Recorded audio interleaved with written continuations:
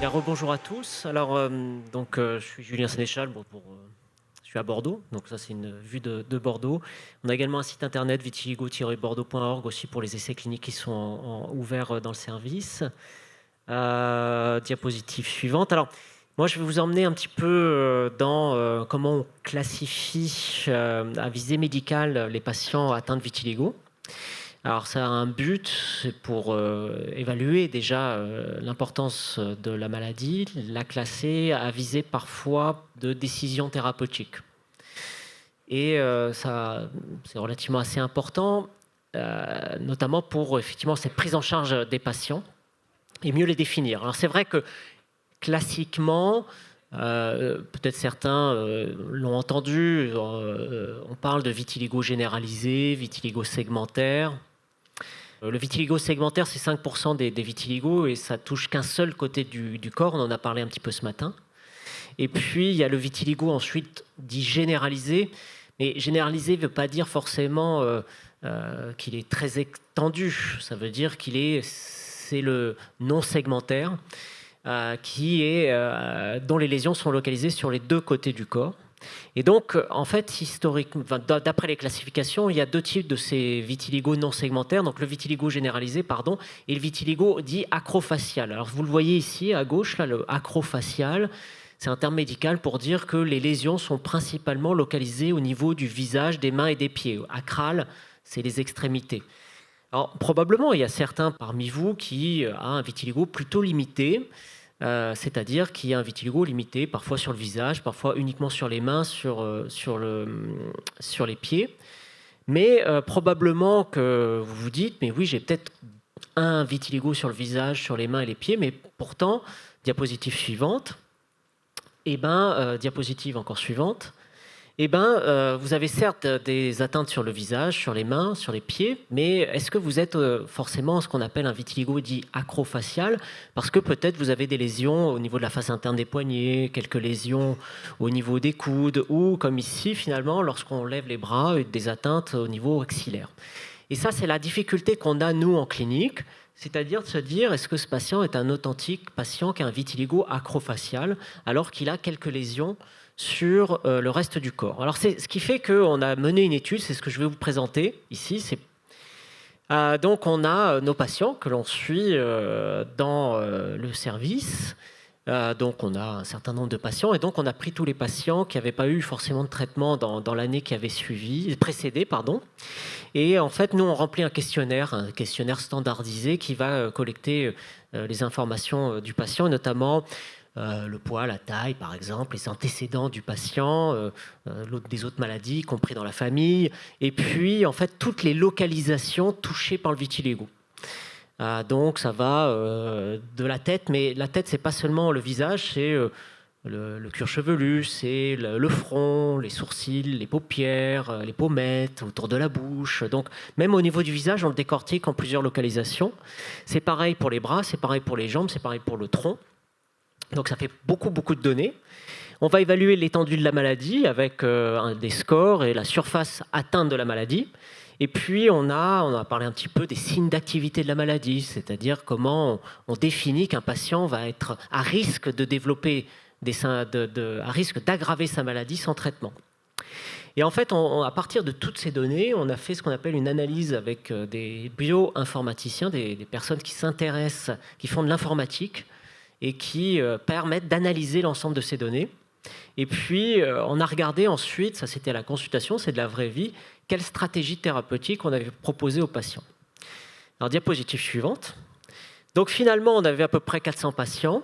Vous voyez, l'âge moyen, c'était 44 ans. On avait, les hommes, c'était 40%. C'est à peu près ce qu'on voit en consultation. Donc on avait principalement, nous, à notre consultation, c'est ce qu'on appelle les phototypes 1 à 3. C'est des patients qui ont une peau assez claire versus 25% de patients qui ont des peaux foncées. Vous voyez, l'âge au début de la maladie, c'était 28 ans, donc une durée de la maladie qui était d'environ 16 ans. Donc vous voyez, des vitiligos qui sont globalement assez anciens. Et souvent, ce qu'on retrouve dans la population des patients vitiligos, 20% de patients qui avaient aussi des maladies auto-immunes, notamment la thyroïdite auto-immune. Et après, à droite, c'est vraiment les termes médicaux, mais je vous les expliquerai après. c'est des scores qui permettent d'évaluer la surface ou l'activité de la maladie. Et le score Koebner, c'est un terme médical dermatologique, c'est pour définir les lésions qui sont localisées au niveau des sites classiquement de frottement. Alors, la localisation classique, c'est les coudes. Hein, les coudes, c'est une localisation de frottement assez classique sur la table, les genoux aussi. Donc ça, c'est des zones qu'on appelle de zones de Koebner, puisque c'est des zones qui sont classiquement en lien avec des frottements et qu'on sait associer parfois que le vitiligo, c'était Yvon Gauthier qui avait défini ce phénomène chez les patients qui ont un vitiligo, c'est-à-dire des localisations de vitiligo qui sont sur des sites classiques comme les coudes, les genoux, mais aussi au niveau des ceintures, des élastiques, qui avaient en fait indiqué parfois des mesures éducatives par rapport au frottement dont on est un petit peu revenu parce que parfois certains patients avaient des attitudes trop excessives par rapport à ces histoires de frottement et finalement ça entraînait beaucoup de contraintes pour les patients d'éviter tout type de frottement ou même tout type vestimentaire. Alors diapositive suivante. Alors voilà, vous voyez l'analyse bioinformatique, chaque point est un patient en fait. Chaque point est un patient, vous en avez 400. Et donc ça a permis en fait de déterminer des groupes de patients. Et vous voyez que globalement, c'est beaucoup plus hétérogène, en tout cas que la classification qui était relativement simple des patients qui ont un vitiligo dit non segmentaire, entre généralisé et acrofacial, on avait 2 groupes. Ici, on a 5 groupes de patients. Alors, diapositive suivante. Alors ici, c'est un diagramme très compliqué. Bon, on va le décortiquer après, mais vous voyez, tout ce qu'on peut faire, c'est vraiment un diagramme assez compliqué, mais je vais vous l'expliquer, qui est fait de l'analyse bioinformatique. Donc ici, par exemple, si on prend le tronc, vous avez sur le tronc les parties génitales, les zones pubiennes. Là, c'est au niveau l'atteinte de la poitrine, le dos, l'abdomen et le thorax, etc. Donc, c'est toutes des localisations du tronc, ici en rouge. Et vous avez les 5 groupes ici. Et plus la courbe est proche de l'extrémité, plus le pourcentage de patients dans ce groupe, ici, est important pour avoir ce type d'atteinte. Par exemple, ici en bleu, là, vous voyez, je vais vous le montrer plus largement après, mais vous voyez qu'en bleu, ici, eh bien, c'est des patients, le pourcentage de patients qui ont ces atteintes-là est extrêmement important. Donc ça correspond au groupe des patients qui ont une maladie très sévère. Diapositive suivante.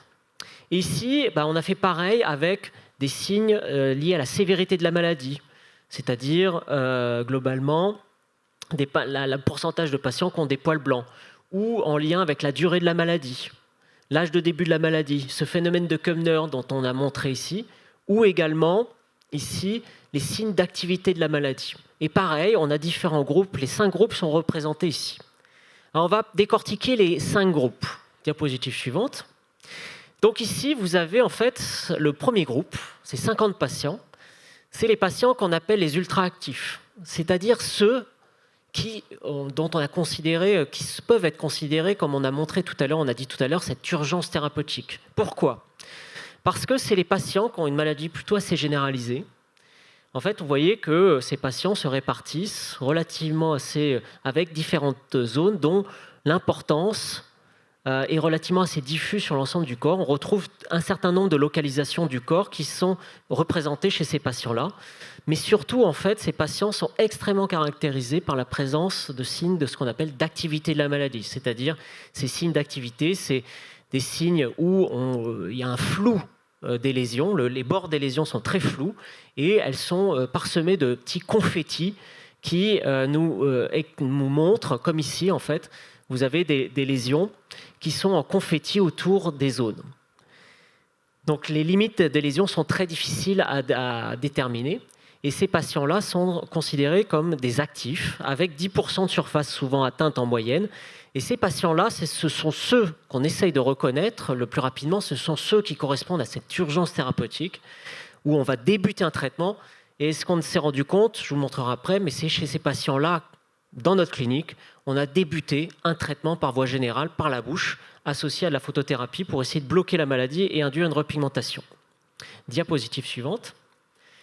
Ici, eh bien, c'est les patients qu'on disait dits acrofaciales, c'est-à-dire dans la classification, ceux qui normalement sont classés comme des patients qui ont une atteinte uniquement des mains et des extrémités.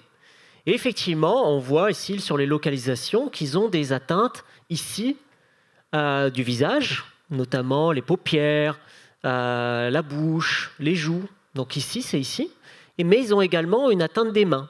Mais en fait, on voit que ces patients-là ont également, pour certains d'entre eux, des localisations sur d'autres zones. Et on se rend compte qu'ils avaient des localisations au niveau axillaire, au niveau génital.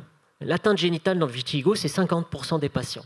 Et surtout, ils ont une maladie qui est peu active et surtout, en fait, ils ont une durée de la maladie qui est relativement plus récente. Donc probablement, effectivement, on a des patients, souvent les patients, quand ils débutent leur maladie, c'est plutôt assez moins fréquent qu'ils le débutent sous la forme d'une explosion de la maladie, mais plutôt sous cette forme-là.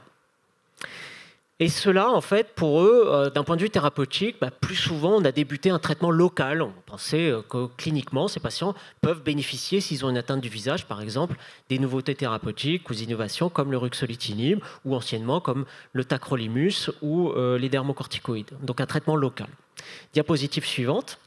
Et là, en fait, cette fois, c'est le groupe 3, c'est également 50 patients, c'est les groupes des super étendus, c'est-à-dire les patients qui ont une maladie, vous voyez, où beaucoup de patients, la fréquence des patients qui ont des localisations sur l'ensemble du corps est extrêmement importante.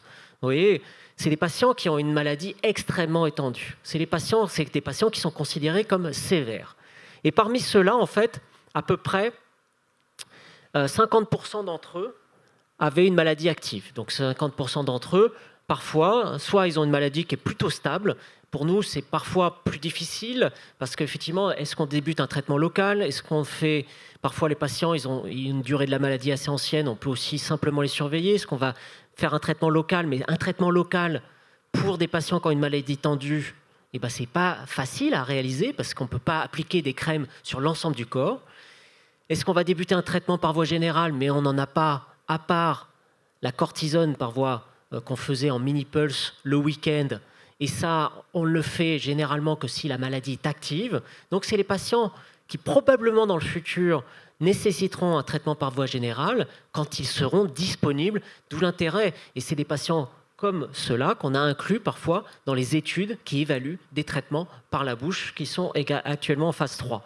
C'est des patients, cette fois, qui ont une durée de la maladie plus ancienne, plus importante. Tout à l'heure, pour les patients limités, c'était 11 ans. Ici, c'est 25 ans de durée de maladie. Diapositive suivante. Et ensuite, on avait deux groupes de patients qui étaient c'est les groupes 4 et 5. C'est ceux que j'ai évoqués comme des patients qui avaient... Vous voyez, là, c'est des patients qui ont une maladie plutôt étendue, moyenne, modérée à sévère, soit des patients qui avaient une étendue relativement moyenne, voire des patients qui avaient une étendue sévère, avec des localisations qui correspondaient en fait à celles que l'on voit dans le phénomène dit Koebner, c'est-à-dire des localisations soit sur les genoux, soit au niveau des coudes ou au niveau des ceintures. Donc c'est ce qu'on a appelé effectivement le groupe des patients avec des localisations type Koebner, coude, genou ou ceinture des élastiques, et avec une atteinte d'environ surface d'atteinte de 7%. Et puis, diapositive suivante, on avait le même groupe qui avait des localisations en lien avec ce phénomène de Koebner, mais cette fois, en fait, c'était le même groupe que le 4, c'est-à-dire avec des localisations sur les zones de friction, mais avec une étendue de la maladie beaucoup plus limitée. Alors, diapositive suivante, et juste pour conclure, eh bien, finalement, on a défini par cette analyse bioinformatique, une analyse plus fine à partir de nombreuses caractéristiques cliniques des patients et pas seulement l'étendue des lésions ou les localisations des lésions comme c'était fait précédemment. On l'a fait également avec d'autres types de marqueurs comme des marqueurs démographiques, des marqueurs d'antécédents médicaux, des marqueurs liés à la sévérité ou l'activité de la maladie. Et à partir de ça, on a fait cette analyse bioinformatique pour avoir une analyse plus fine de ces classifications de patients en fonction de l'ensemble de ces marqueurs, qui a permis finalement de définir 5 groupes de patients et dont l'objectif, c'est de mieux définir les patients pour ensuite éventuellement leur proposer un traitement. Et vous voyez que ces patients super actifs, c'est-à-dire pour nous, c'est l'urgence thérapeutique à débuter un traitement par la bouche pour freiner la maladie et ensuite associé aux UV pour permettre la repigmentation. Les patients qui ont une maladie légère, mild, c'est légère, c'est probablement un traitement local. Les patients qui ont une maladie étendue, c'est probablement, on leur avait proposé également des traitements pour certains d'entre eux, des traitements par la bouche, mais pas toujours évident parce que ces patients peuvent avoir une maladie très stable, très ancienne, et un traitement par la bouche est plutôt aujourd'hui réalisé chez les patients qui ont une maladie, comme ici, active pour stabiliser la maladie. Donc se pose la question, est-ce qu'on peut faire un traitement local, un traitement par voie générale, mais lequel? C'est tout l'intérêt effectivement des essais thérapeutiques qui sont réalisés en phase 3, dont les traitements seront disponibles, Thierry vous l'a dit, en 2027-28. Et ensuite, ces patients qui ont eu des atteintes, des localisations sur les zones en lien avec la friction, soit avec une étendue légère, soit avec une étendue modérée à sévère. Et pour les deux cas, on a plutôt mis chez ces patients-là, dans notre consultation, des traitements locaux, plus ou moins associés à la photothérapie. Voilà, j'en ai fini avec ça. Alors, ça, c'est effectivement la clinique à Bordeaux. Donc là, c'est l'hôpital du centre-ville de Bordeaux, à côté de la mairie, là où est le service de dermatologie. Donc là, ici, vous avez certains des médecins. Donc maintenant, ça s'est un peu étoffé aussi. Et Nicolas Andreu, qui est notre senior attaché de recherche clinique, qui coordonne l'activité de recherche clinique, l'hôpital pédiatrique où on voit les enfants.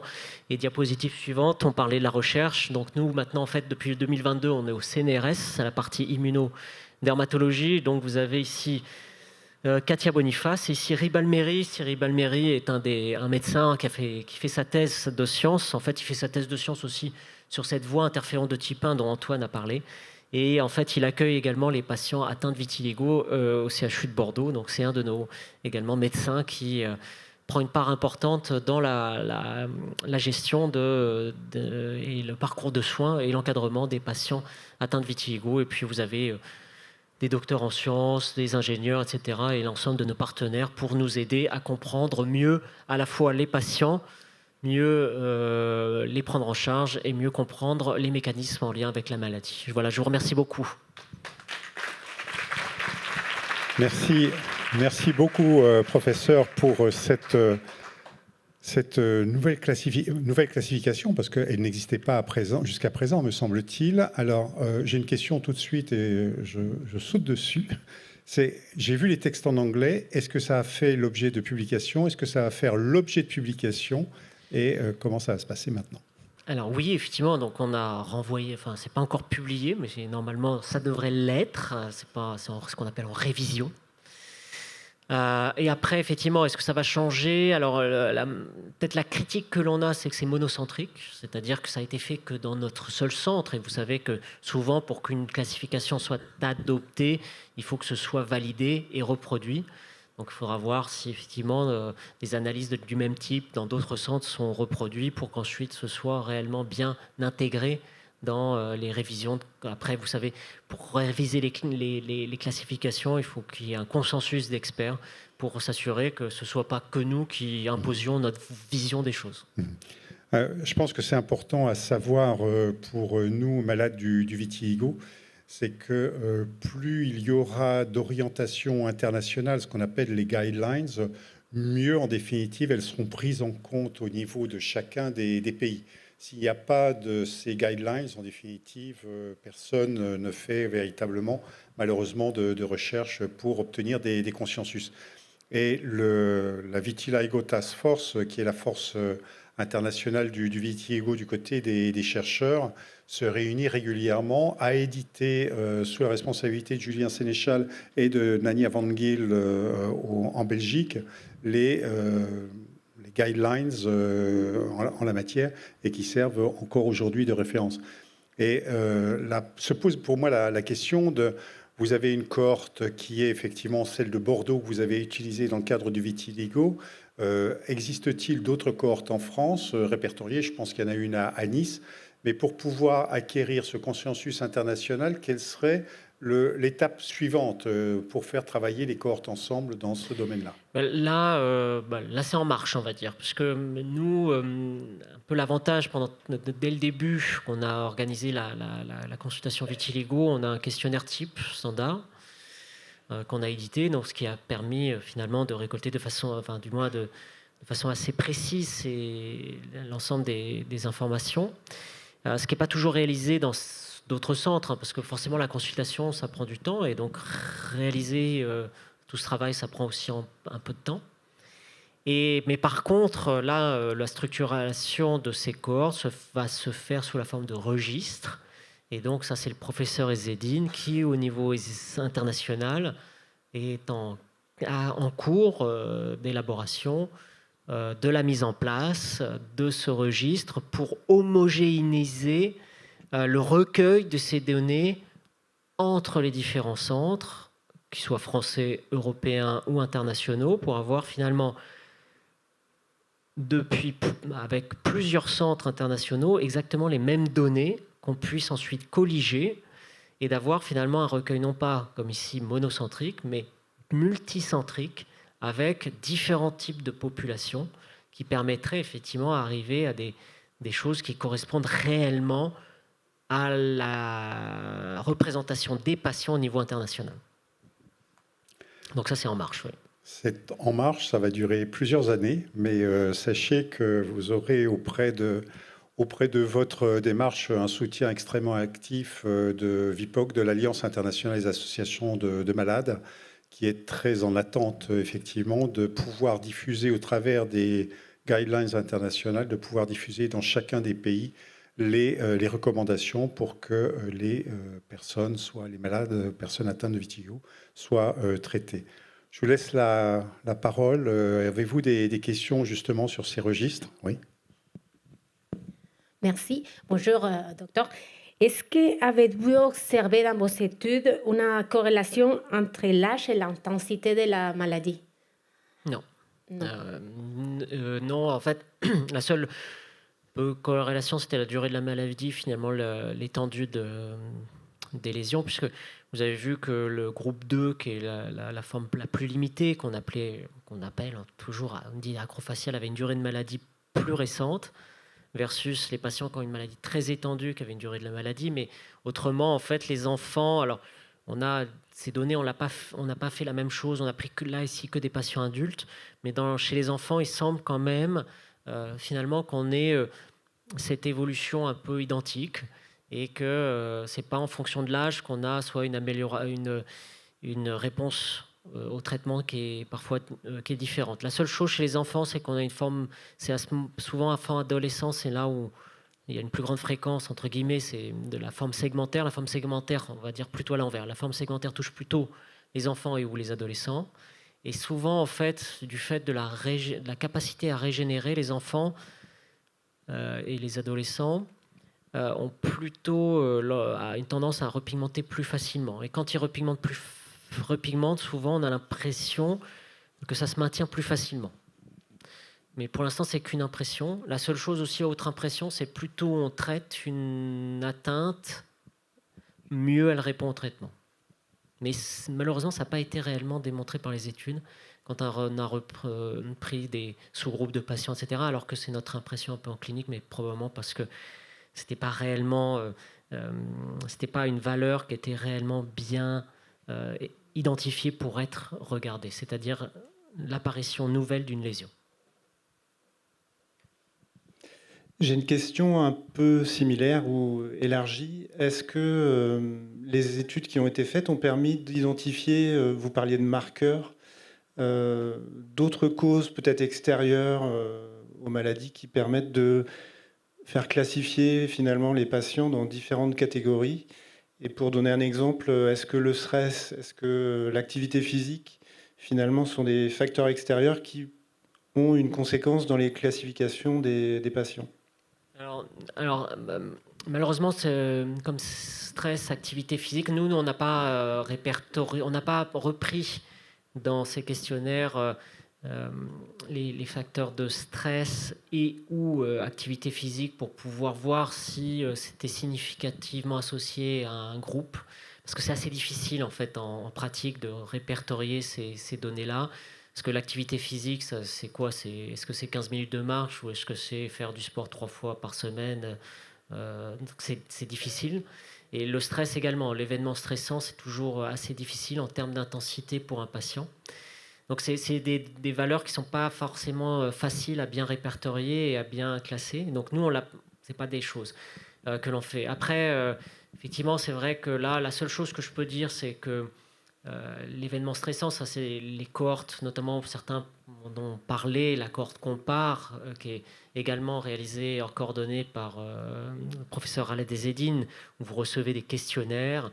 C'est à partir de là qu'on avait bien défini aussi qu'un événement stressant, un ou deux ou trois dans la vie, qu'il soit personnel, professionnel, était associé à cette apparition ou à l'aggravation de la maladie. Donc potentiellement, éventuellement, un événement peut être en lien avec une poussée de la maladie, l'évolution vers une activité de la maladie. Mais autrement, au-delà de ça, là, parmi ces facteurs environnementaux, pour nous, on ne les a pas colligés pour pouvoir voir s'ils appartenaient à un cluster ou pas. Je rebondis sur ce que vous dites concernant les cohortes. Juste un petit sondage. Quelles sont les personnes qui sont enregistrées dans la cohorte Compare, qui savent de quoi on parle? D'accord. Alors, 1, 2, 3, 4, 5, 6, 7, 8. 8 personnes. Si vous êtes atteint de vitiligo, il est extrêmement important que vous puissiez vous enregistrer sur les cohortes. Vous enregistrez Compare, c'est une étude qui est placée sous la responsabilité de l'APHP, donc une étude un suivi de malades du vitiligo de manière scientifique, piloté sur la cohorte vitiligo par le professeur Khaled Ezzedine, et qui permet de voir et de faire des éléments statistiques sur les évolutions, sur les risques, sur les maladies associées, les comorbidités, etc. Donc, plus on aura de malades atteints du vitiligo qui seront à l'intérieur de cette cohorte, mieux nous disposerons d'éléments statistiques. Plus nous aurons la possibilité de faire des interventions auprès des instances de santé, directement ou indirectement, en soutenant les médecins, les professeurs de dermatologie qui feront des recommandations. Plus cette cohorte sera forte, plus elle aura du poids dans les décisions qui pourront être mises en place. Donc je ne peux et nous ne pouvons que vous inciter à vous enregistrer sur cette cohorte Compare. Vous tapez Compare, ou vous allez simplement aussi sur le site internet de l'association. Il y a une petite loupe, vous marquez Compare et vous aurez tout de suite tous les articles qui ont été édités sur Compare et le lien pour pouvoir vous enregistrer. C'est 3 ou 4 questionnaires au cours de l'année auxquels vous aurez à répondre par Internet. Vous vous enregistrez et les malades s'aident eux-mêmes en répondant à ces questionnaires. C'est particulièrement important. Comme il est particulièrement important de participer aux travaux de registres qui sont ouverts à l'intérieur des différents CHU. Vous êtes, et c'est toute l'alliance qu'il y a entre le monde de la dermatologie et les malades de la peau, c'est sur les maladies, véritablement, plus on a de connexions et de liens, mieux on peut permettre à ce que la maladie soit mieux prise en compte, à ce qu'elle puisse être qu'on puisse mieux répondre au travers des remarques qui sont apportées, de mieux répondre au traitement ou des propositions de traitement qui peuvent être réalisées. Merci beaucoup. Moi, j'en profite pour poser une petite question. Est-ce qu'il y a des facteurs exogènes ou une sorte de mode de vie qui peut permettre à ce qu'on repigmente sans être soumis à des traitements? Je pose la question parce que, par exemple, moi, ça va faire, je crois, plus d'une année que je suis sous aucun traitement. Mais quand je me regarde dans le miroir, je trouve que ma face commence à repigmenter. Je me pose la question, est-ce que c'est pas... Moi, je ne sais pas comment expliquer ça. Merci.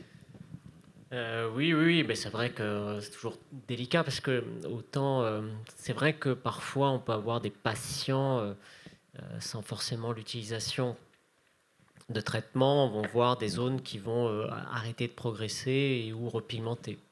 Alors qu'est-ce qui peut expliquer ça? Alors c'est sûr que sur le visage, souvent on va dire oui, c'est parce que c'est naturellement exposé au soleil et à l'issue de la période estivale, par exemple, on peut tout à fait voir une repigmentation qui se crée sans avoir appliqué de crème sur cette zone-là.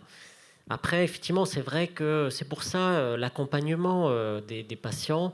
C'est toujours important de pouvoir évaluer le retentissement que peut avoir la maladie sur son quotidien et l'impact que ça peut avoir, puisque l'accompagnement, notamment psychologique des patients ou via les associations de patients, parfois le fait finalement qu'on voit qu'un patient va mieux, eh bien, il va lui-même voir que sa maladie finalement se stabilise et ou s'améliore. Alors, parfois, attention à ce que je veux dire, mais parfois certains patients, par exemple, là, c'est tout récent, mais j'ai une patiente qui m'a dit, voilà, depuis que je suis à la retraite, alors la retraite c'est un cap certes, alors ça peut être bien ou pas bien, mais en tout cas depuis qu'elle est à la retraite et depuis qu'elle n'est plus à pression du travail, et bien souvent elle a l'impression en tout cas que son vitiligo soit stabilisé ou répond mieux au traitement par exemple. Donc c'est vrai que c'est cet accompagnement en fait. Mais après d'autres facteurs, malheureusement on n'a pas dans les études, puisque ça s'est finalement peu intéressé à la réponse naturelle du vitiligo. D'ailleurs, c'est un peu les aléas parfois que les patients ne comprennent pas dans les études. C'est que quand on participe à une étude, on a ce risque qu'on appelle du placebo. Donc le placebo, c'est effectivement c'est l'effet placebo, c'est le fait de s'améliorer alors qu'on prend juste un traitement sans caractère actif. Et donc c'est vrai que c'est recherché aussi dans toutes les études, y compris dans le vitiligo, pour voir s'il y a un effet aussi placebo et qui explique le fait parfois que voilà, quelques interventions sur le point de vue psychologique puissent améliorer ou pas la maladie. Mais après, d'autres facteurs, non, ça paraît été réellement évalué en tout cas. Merci. Une dernière question. Bonjour, moi je vais vous demander, quand on a un vitiligo à 90%, très étendu, qu'est-ce qui se passe après? Comment la maladie évolue? Est-ce qu'elle devient passive? Puisque vous êtes tout blanc, enfin, c'est peut-être bête comme question, mais ça m'interroge. Et puis, est-ce qu'on a vu des corrélations avec d'autres maladies auto-immunes? Merci.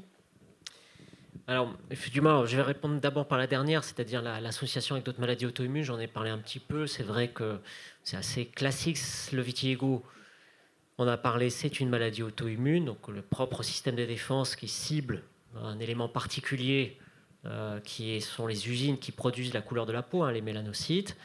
Et donc cette maladie auto-immune, Thierry vous en a parlé, c'est pas héréditaire, mais on a une prédisposition. Cette prédisposition, elle est commune à d'autres maladies. Et principalement, on sait que 20% des patients qui ont un vitiligo ont des anticorps dirigés contre la thyroïde, mais sans forcément qu'il y ait de maladie thyroïdienne. Le fait d'avoir des anticorps ne veut pas dire forcément qu'on a une maladie de la thyroïde. Après, on a aussi des associations. Certains patients ont parfois de l'eczéma, du rhume des foins, du psoriasis, des maladies articulaires inflammatoires. Donc on peut avoir, c'est des nombres plus limités de patients. Principalement, c'est les maladies auto-immunes de la thyroïde. Alors souvent, ces maladies auto-immunes, autres que le vitiligo, elles évoluent pour leur propre compte. C'est-à-dire, c'est pas parce que le vitiligo va bien que l'autre maladie auto-immune va aller bien. Et vice-versa, c'est pas parce que l'autre est en poussée que le vitiligo va forcément être en poussée. Alors quand on a un vitiligo qui est généralisé, en soi, ça apporte pas plus de risques, sauf effectivement toujours cette sensibilité au soleil qui est beaucoup plus importante. Alors, la principale problématique de ça, c'est que parfois les patients nous demandent comment on traite les 10% qui restent, sachant qu'on n'a pas beaucoup de traitements pour la dépigmentation. C'est souvent le seul, c'est le laser. Et le laser est réalisé, le laser pigmentaire comme les tatouages, et finalement est réalisé sur des petites surfaces. On peut pas le faire sur des grandes surfaces. Et on n'a pas la disponibilité un traitement dépigmentant en fait, puisqu'il n'est plus accessible en France. Donc on est parfois un peu en difficulté quand les patients ont une maladie très généralisée et qu'ils ont certaines zones à traiter. La principale problématique, c'est, Antoine l'a montré en fait, c'est cette patiente qui avait un vitiligo très généralisé et finalement s'en était faite comme cela. Parce que finalement, quand on est complètement dépigmenté, souvent, les patients l'ont vécu, ça a été difficile pour eux dans l'entrée de la maladie, mais une fois qu'ils sont complètement dépigmentés, finalement, la coloration est homogène. Mais le principal risque, c'est ce qu'il vous a montré, c'est qu'elle va recevoir un traitement qui joue sur l'inflammation, comme le méthotrexate pour une autre indication, associé au soleil, elle a vu apparaître des zones de repigmentation sur des zones exposées au soleil. Et ça, c'est extrêmement difficile pour les patients parce qu'ils ne le souhaitent pas. Et finalement, ça va créer, certes, c'est un retour de la peau normale, de la couleur normale, mais ils ne le souhaitent pas parce que ça crée effectivement un déséquilibre. Finalement, on s'était adapté à cette image de soi et on se retrouve avec une image avec des points de repigmentation qui sont extrêmement disgracieux et que les patients n'acceptent pas. Donc c'est en fait cette difficulté, la possibilité de repigmenter pour une raison ou pour une autre. Et ça, c'est les choses qui sont potentiellement à gérer, mais autrement, d'avoir un vitiligo généralisé n'apporte pas plus de problèmes que d'avoir un vitiligo très limité. Merci beaucoup. Donc on peut vous applaudir pour cette... Merci beaucoup.